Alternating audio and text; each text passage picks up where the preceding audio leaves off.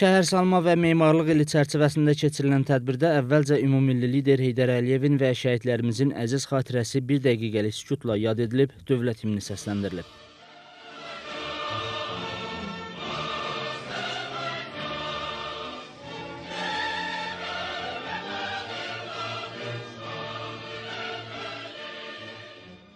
Naxçıvan şəhər İcra Hakimiyyəti başçısının müavini Gülxanım Orucova bildirib ki, 1993-cü ilin iyun ayında Ulu Öndər Heydər Əliyev müstəqilliyimizin ən ağır vaxtlarında Azərbaycanı nicat yoluna çıxararaq onun hərtərəfli inkişafının təməlini qoyub.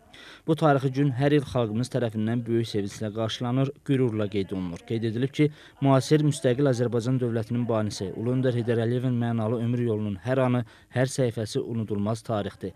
Xalqımız var olduqca onun yaddaşında ümummilli lider əbədi var olacaq. Ulu Öndərin Azərbaycan xalqı qarşısındakı müstəsna xidmətləri daim hörmətlə anılacaqdır. Ümummilli lider Heydər Əliyevin silahdaşı Azərbaycan Respublikasının və Naxçıvan Muxtar Respublikasının əməkdar müəllimi Nazim Bayramov, Naxçıvan Muxtar Respublikası Ali Məclisinin deputatı Xumar Məmmədova çıxış edərək bildiriblər ki, Ulu Öndər Heydər Əliyevin müasir tariximizin son dərəcə ağır və mürəkkəb dövründə Moskvadan doğma Naxçıvana qayıdışı dövlətçiliyimizi məhv olmaqdan xilas etdi. Ulu Öndərin hakimiyyətə qayıdışından sonra ölkədə baş vermiş sosial, iqtisadi və siyasi inkişaf dövlətçiliyimizin möhkəmlənməsində və xalqımızın strateji mənafələrini təmin edən müasir cəmiyyətin qurulmasında həlledici rol oynadı. Beləliklə, bu mühüm tarixi gün xalqımızın yaddaşından Milli Qurtuluş Günü kimi həkk olundu. Ağsaqqal ziyalı Mir Yusif Seyidov Ulu Öndər Heydər Əliyevə həsr edilmiş şeirlərini səsləndirib.